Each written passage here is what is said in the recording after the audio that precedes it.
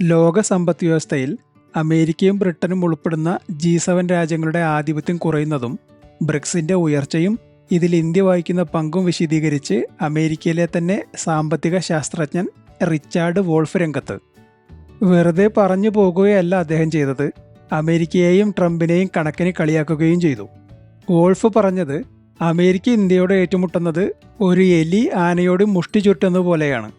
അതുകൊണ്ട് തന്നെ അത് ചിരിക്കാനുള്ളതാണ്, ഭയപ്പെടാനുള്ളതല്ല. അദ്ദേഹത്തിൻ്റെ ഈ വാക്കുകളിൽ നിന്ന് തന്നെ ഒരു കാര്യം മനസ്സിലാക്കാം, അതായത് ആഗോള സമ്പദ് വ്യവസ്ഥയിലെ വലിയ മാറ്റത്തെ. രണ്ടാം ലോക മഹായുദ്ധത്തിന് ശേഷം G7 പാശ്ചാത്യ ആധിപത്യത്തിൻ്റെ പ്രതീകമായിരുന്നു. എന്നാൽ ഇപ്പോൾ ബ്രിക്സ് അതിനെ മറികടന്നിരിക്കുന്നു. IMFന്റെ കണക്കുകളും ഇതിനെ സാക്ഷ്യപ്പെടുത്തുന്നു. ഇക്കഴിഞ്ഞ ഏപ്രിലിലെ വേൾഡ് എക്കണോമിക് ഔട്ട്ലുക്ക് പ്രകാരം 11 ബ്രിക്സ് അംഗങ്ങളുടെ സംയുക്ത GDP 2025 3.4% വളരും. ആഗോള ശരാശരി 2.8% ഓർക്കണം.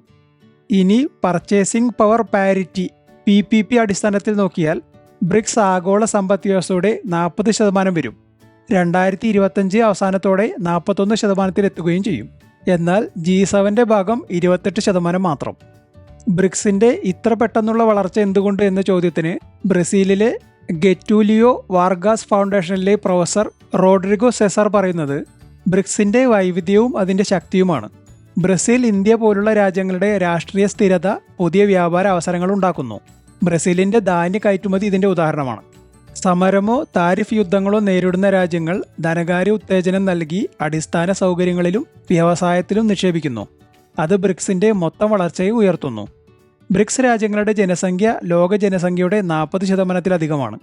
ഇനി ബ്രിക്സിന്റെ വളർച്ചയുടെ പ്രധാന കാരണക്കാർ IMFന്റെ തന്നെ പ്രവചനങ്ങൾ പ്രകാരം 2025 വളർച്ചയിൽ ഒന്നാം സ്ഥാനത്തുള്ള എത്യോപ്യ, അതായത് 6.6%, രണ്ടാമതുള്ള ഇന്ത്യ 6.4%, ഇന്തോനേഷ്യ 4.7%, UAE 4%, ചൈന 4%, ഇങ്ങനെ പോകുന്നു ഈ കണക്ക്. ഇപ്പോൾ മനസ്സിലായില്ലേ ബ്രിക്സിന്റെ വളർച്ചയുടെ കാരണം? ഇനി ആഗോള GDPയുടെ സംഭാവന നോക്കിയാൽ ചൈന 19.6%, ഇന്ത്യ 8.5%, റഷ്യ 3.4%. ഈ അടുത്ത് IMF ഇന്ത്യയുടെ 2025 GDP വളർച്ചാ പ്രവചനം 6.4%-ലേക്ക് ഉയർത്തിയിരുന്നു.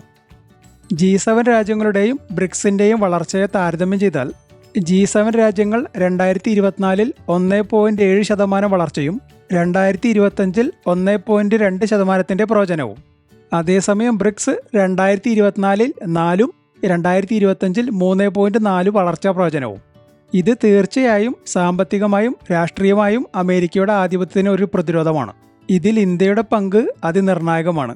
അതിൻ്റെ ഏറ്റവും പ്രധാനപ്പെട്ട കാരണം ലോകത്തിലെ ഏറ്റവും ജനസംഖ്യയുള്ള രാജ്യമാണ് എന്നത് തന്നെയാണ്. ഇനി വോൾഫിൻ്റെ വാക്കുകളിലേക്ക് തന്നെ തിരികെ പോയാൽ, റഷ്യൻ എണ്ണ ഇറക്കുമതിയിൽ അമേരിക്ക ഉൾപ്പെടെയുള്ള പാശ്ചാത്യ രാജ്യങ്ങൾ ഇന്ത്യയെ വലിയ താരിഫുകൾ കൊണ്ട് അടിച്ചാൽ ഇന്ത്യ കയറ്റുമതിക്ക് മറ്റിടങ്ങൾ കണ്ടെത്തേണ്ടി വരികയും അത് ബ്രിക്സിനെ കൂടുതൽ വലുതും ഏകീകൃതവും വിജയകരവുമായ പാശ്ചാത്യ ബദലാക്കുകയാണ് ചെയ്യുന്നത്. അതുകൊണ്ട് തന്നെ താരിഫുകൾ അമേരിക്കയെ തന്നെ നശിപ്പിക്കുന്നതിന് കാരണമാകുമെന്നും വോൾഫ് മുന്നറിയിപ്പ് നൽകുന്നു. അല്ലെങ്കിൽ തന്നെ താരതമ്യേന ചിലവ് കുറഞ്ഞ ബ്രസീൽ, ചൈന, ഇന്ത്യ എന്നിവിടങ്ങളിൽ ഉൽപ്പാദനം നടത്തുന്ന ഒരു കമ്പനിയും US ഉൽപ്പാദനം മാറ്റാൻ പണം ചെലവഴിക്കില്ല. അമേരിക്കയുടെ സാമ്പത്തിക ഭദ്രതയുടെ കണക്ക് നോക്കിയാൽ ഫെഡറൽ കടം 3000 ലക്ഷം കോടിക്ക് മുകളിലെത്തിയിരിക്കുന്നു.